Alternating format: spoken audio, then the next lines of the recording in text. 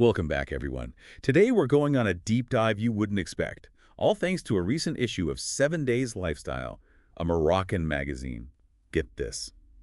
We're about to explore the unexpected world where high fashion meets space exploration. Yes, it seems fashion is taking a giant leap towards the moon with the upcoming Artemis III mission. We're talking 2025. Hold on tight, because the first woman to walk on the moon will be wearing a spacesuit designed by Prada. It's quite the announcement. They revealed it at the International Astronautical Congress in Milan. It's making waves in both the fashion and space worlds. Now, I know what you're thinking. Prada. On the moon. It does sound a bit out there, doesn't it? But this isn't about some flashy fashion statement. Right, this is serious stuff. This spacesuit needs to protect her and keep her alive up there, but it also needs to look incredible. It's a delicate balance, that's for sure. But Prada, they're known for their minimalist but impactful designs. So no giant Prada logos plastered everywhere. You won't see any blatant branding. But if you look closely, you'll find subtle hints of their style. Ooh, I love those hidden details. Give us an example. What do they do? Take the thick red stripes they incorporated into the design. They're very similar to the stripes on Prada's Linea Rossa sunglasses, and their Luna Rossa perfume. Clever. Subtle branding done right. Exactly. Makes you wonder if they drew inspiration from other designers who've dipped their toes into this space fashion world. Well, they're not the first. Pierre Cardin, back in the 60s, was fascinated with space. Oh yeah, I remember those futuristic looks. He had a collection called Cosmocore. It had geometric shapes, vinyl fabrics, the whole space-age aesthetic. Very 60s.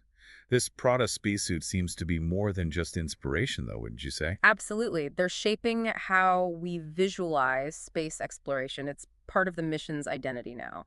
And speaking of exciting journeys, this issue of 7 Days Lifestyle has plenty more to offer. It's not all about the moon, of course. Right, there's a lot more to explore. For one, Moroccan actor Saïd Taghmaoui is making a splash in a new film. Oh yes, he's starring in John Woo's The Killer. With Natalie Emmanuel and Omar Sy. Quite the cast. He plays Prince Majed bin Fahim, a Saudi Arabian heir caught up in a dangerous plot. And it's coming out in Morocco pretty soon, right? On October 23rd. It's great to see Moroccan talent getting recognition on the world stage. It is. Now, on a different note, there's a health alert in Morocco about hair straightening products. Yes, some of them contain glyoxylic acid. That ingredient might be harmful. That's concerning. France's ANSES, that's their Food and Health Safety Agency, they put out a similar warning about it too. It's a good reminder to always check those ingredients list no matter what you're buying. Absolutely. You need to know what you're putting on your body.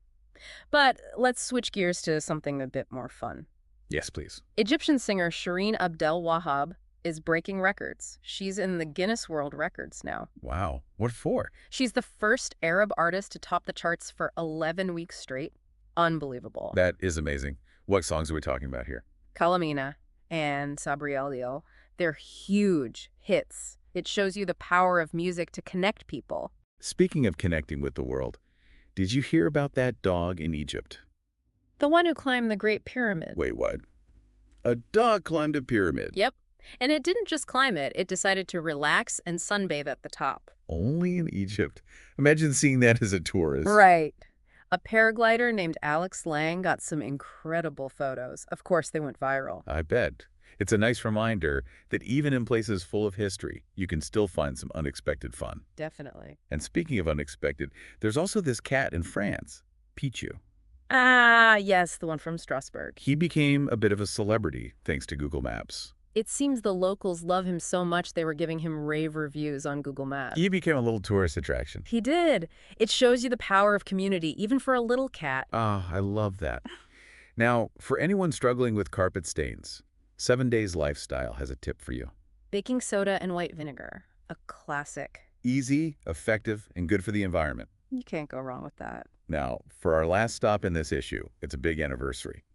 65 years of Asterix. That's right. The Musée Grévin in Paris is celebrating with wax figures of Asterix, Obelix, and Dogmatix, of course. I bet they look incredible. They do. They're in a forest setting, and there's even a Roman soldier who's been catapulted into a tree. Classic Asterix. And sculpted them. Stephen Barrett, he does amazing work. But what makes this even better is that the daughters of the creators were there. Yes.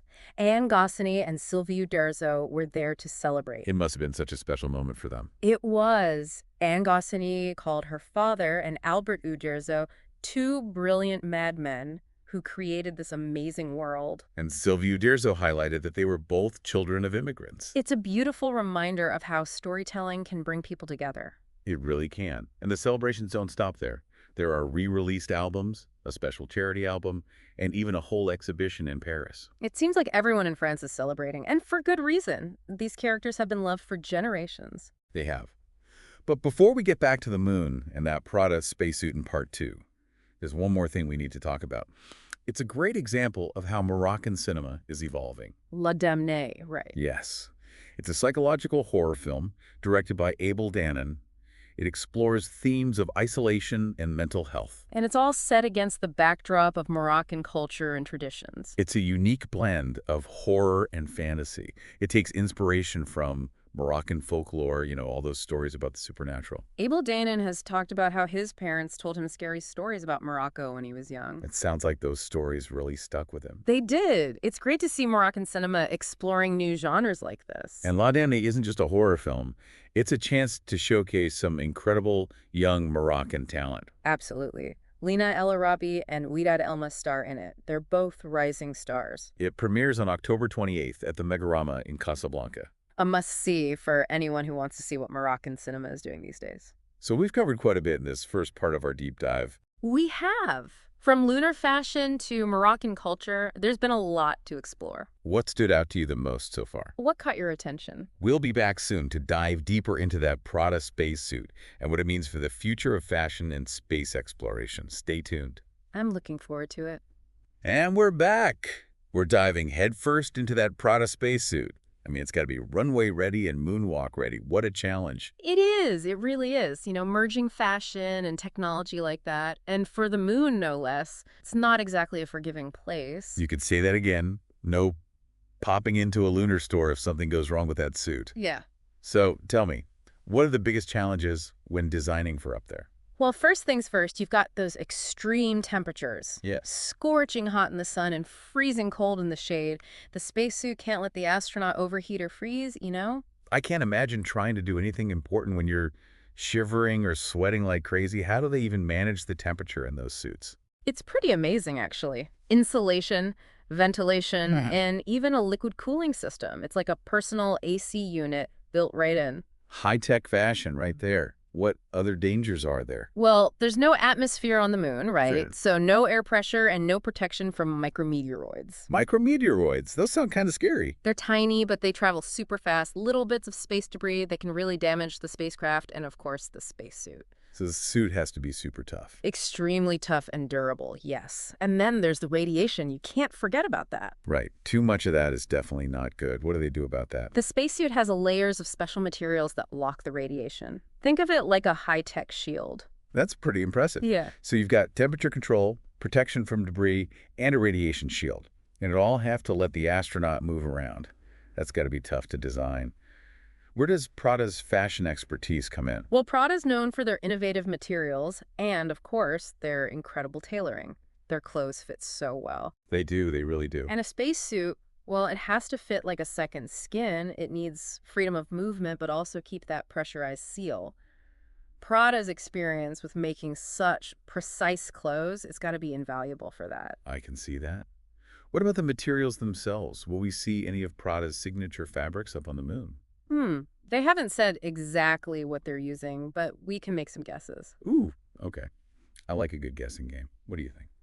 I'm thinking advanced synthetic fabrics, the kind that are lightweight but also super durable. Makes sense. Something like Gore-Tex, maybe, that's breathable and insulating. And wouldn't they probably use some 3D printing too? I feel like that's everywhere these days. Oh, definitely. 3D printing is revolutionizing everything. It's perfect for customization and precision, right?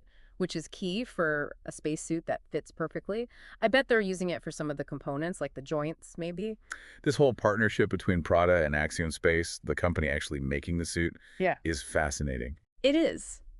Axiom Space has the engineering knowledge. They know all about space travel, and Prada brings the design, that sense of style and beauty. It's like the best of both worlds. It's not every day you see a high-fashion house working on something like a spacesuit. Makes you think, are we starting to care more about how things look in space? I think so. For so long, it's been all about function, keeping the astronauts alive. But now it feels like we're realizing aesthetics matter too. Why do you think that is?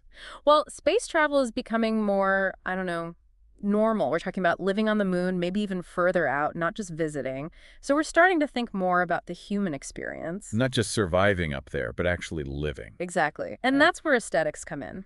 Making spacesuits look good isn't just about fashion, it's about inspiration, about capturing the wonder of it all, about reflecting who we are. It's a statement, right? Like, we're not just exploring space, we're making it our own, bringing beauty with us.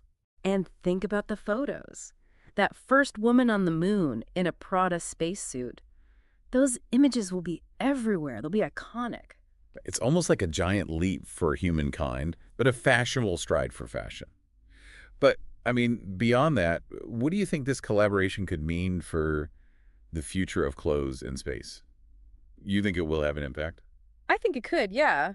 I mean, maybe other fashion houses will get inspired and start designing for space too. Oh, wow. We could have a whole new industry. Space couture, imagine that. Spacesuits, moon boots, zero-gravity dresses. Space Fashion Week. Exactly. And who knows, maybe it'll even trickle down to everyday fashion. Ooh, lunar-inspired outfits. It's happened before, space influencing fashion. But this time, with Prada directly involved, the impact could be huge. So next time I'm shopping, I should be thinking, would I wear this on the moon? Maybe, but even if we never get to wear those space clothes ourselves, I think this collaboration shows something important, that art and science, fashion and technology, they can work together. They're not so different after all. Right. And innovation, well, it often happens when different fields come together. Who knows what other cool collaborations are out there waiting to be discovered? This Prada spacesuit might just be the beginning, a spark for even more creativity and exploration. I love that. It reminds us that the future isn't set in stone. We get to create it. We do. Now, before we get too lost in all these future possibilities, let's take a moment to think about what we've talked about. We've been on quite the journey, from lunar fashion to Moroccan culture. What stood out to you the most? What really sparked your interest? Welcome back for our final descent in this deep dive. We've covered a lot of ground, from Prada designing a spacesuit to everything happening in Morocco. It's been quite the journey. It has. You know, I keep thinking about that image of the first woman on the moon in that Prada suit. It's pretty powerful, wouldn't you say? Oh, absolutely. It's like we're stepping into this new era where science and art are coming together, like technology meets creativity, you know? This spacesuit really does embody that. It's proof that exploration isn't just about science. It's about who we are as humans. That desire to create and to find beauty, even in unexpected places. It makes you wonder what other amazing collaborations are out there just waiting to happen. Yeah. Will we see more fashion houses heading to space? I mean, why not? Art installations on the moon? Space tourism? But make it high fashion. It's a pretty exciting thought. And as we start to live on the moon more permanently, well, art and design are going to be even more important, right? I mean, imagine designing living spaces on the moon that are both functional and beautiful. Places that inspire you and make you feel at home. We're talking about building a whole new world up there. And that world will reflect everything we value down here, you know?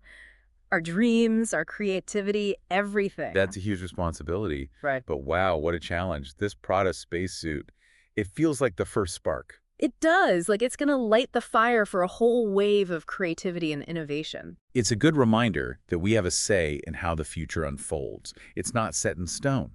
We get to shape it with our imaginations and our choices. Exactly. And as we wrap up this deep dive, I think it's important to remember that this sense of possibility, it applies to everything, not just space. Oh, I totally agree. It's about being curious, pushing boundaries, and questioning things. Whether you're exploring space or your own inner world, it's all connected. Absolutely. And you never know, those amazing discoveries, they often happen when things you wouldn't expect come together, like fashion and space travel. So here's our challenge for you. Dream big. How can you be a part of this future that's unfolding? What role will you play in shaping the culture of exploration? Because remember, the future isn't somewhere out there. It starts right now with the choices we make. So choose to be curious, choose to be creative, choose to be bold. And choose to embrace the unknown. Explore all those amazing possibilities that are waiting out there. That's it for this episode of The Deep Dive. We hope you enjoyed this journey into lunar fashion, Moroccan life, and the boundless potential of human creativity. Keep exploring, keep questioning, and keep pushing those boundaries. Until next time.